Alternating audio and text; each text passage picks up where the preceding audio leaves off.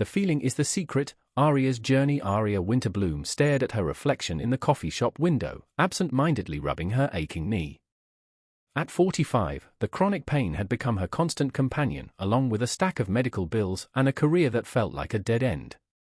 The rain outside matched her mood perfectly, grey, dreary, and seemingly endless. 1 oat milk latte 4. Aria, called out the barista, a quirky young woman with bright purple hair and a name tag that read Sage. As Aria limped to the counter, Sage tilted her head. Rough day? Rough decade, Aria laughed dryly. But hey, at least the coffee's good. Sage's eyes twinkled mysteriously. You know, my grandmother Madame Vespa always said that feelings are like coffee beans, it's not about what you start with, but how you brew them. Aria raised an eyebrow. That's oddly specific. She was an interesting lady, Sage grinned. Taught me that if you want to change your life, you have to feel it first. Like, really feel it. Not just wish for it or think about it. She called it living from the end. Aria snorted. What, like pretending everything's perfect when it's clearly not? More like choosing which reality you want to experience, Sage said, wiping down the counter. She would say, close your eyes before sleep and feel what it would be like if your life was exactly as you wanted it. Not visualizing, not affirming, feeling. Like when you remember the taste of your favorite food, or the sensation of diving into a cool pool on a hot day.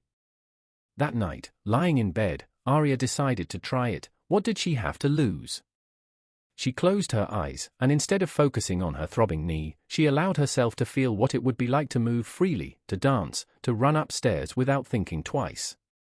She felt the lightness in her body, the joy of effortless movement, the confidence in her stride. The first few nights were challenging. Her mind kept wandering back to doctor's appointments and physical therapy sessions. But gradually, she got better at it. She discovered that the drowsy state just before sleep made it easier to sink into these new feelings, like sliding into a warm bath. She started a journal, documenting the subtle shifts in her daily experience. Some mornings, she'd wake up with a lingering sensation of wellness from her nighttime practice. She noticed herself walking differently, as if her body was beginning to remember a freedom it had forgotten. One evening, while waiting for her usual latte, Aria overheard Sage talking to another customer about her grandmother's teachings. Madame Vespa used to say that every moment is a crossroads, Sage was saying. Each feeling state is like a different path, leading to a different version of your life. That sounds like quantum physics, the customer laughed. Maybe it is, Sage replied. She always said science would catch up to what mystics have known for centuries. Aria found herself adding new elements to her nightly practice, the feeling of professional fulfillment, of seeing her bank account growing, of waking up excited for each day.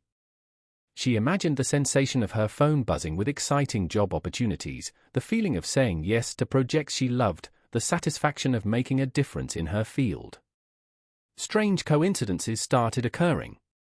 She bumped into an old colleague at a farmer's market who mentioned a revolutionary new treatment program.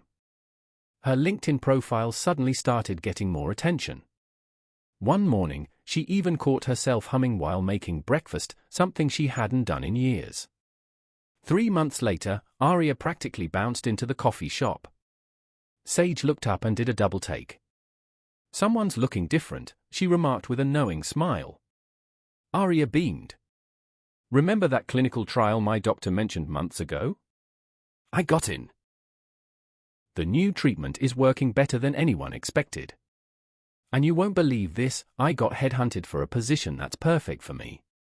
Better pay, better hours, doing what I love. Tell me more, Sage said, preparing Aria's usual order with practiced ease. Well, you know how I've been freelance consulting? One of my clients was so impressed with my work, they created a whole new position just for me. It's like someone read my dream job description straight out of my imagination. Sage nodded, unsurprised. Feeling is the secret, she winked. When you change the inner story, the outer story has no choice but to follow. But here's the weird part, Aria leaned in conspiratorially. Sometimes I feel like I'm living in the reality I used to imagine before falling asleep. Like I somehow stepped into it. Last week, I caught myself running up the stairs at the metro station, actually running, before I even realized what I was doing. And this morning, I signed up for dance classes. Maybe you did step into it, Sage shrugged, reaching under the counter. Cookie? They're fresh from the oven.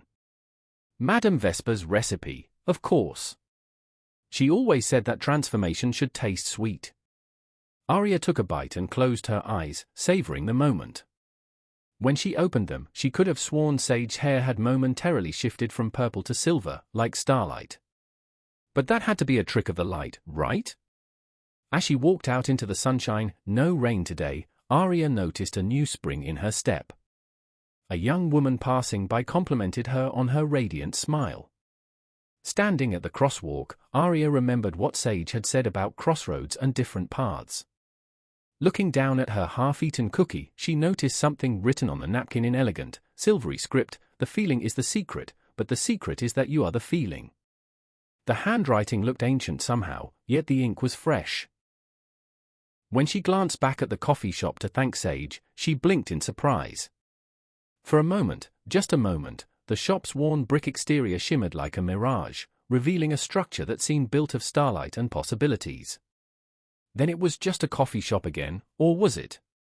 Aria smiled, understanding now that her grandmother's coffee bean analogy was perfect. Life really wasn't about what you started with, it was about how you chose to brew it. And she was finally becoming a master barista of her own reality. That night, as she drifted off to sleep, she didn't need to imagine feeling good anymore, she simply felt it.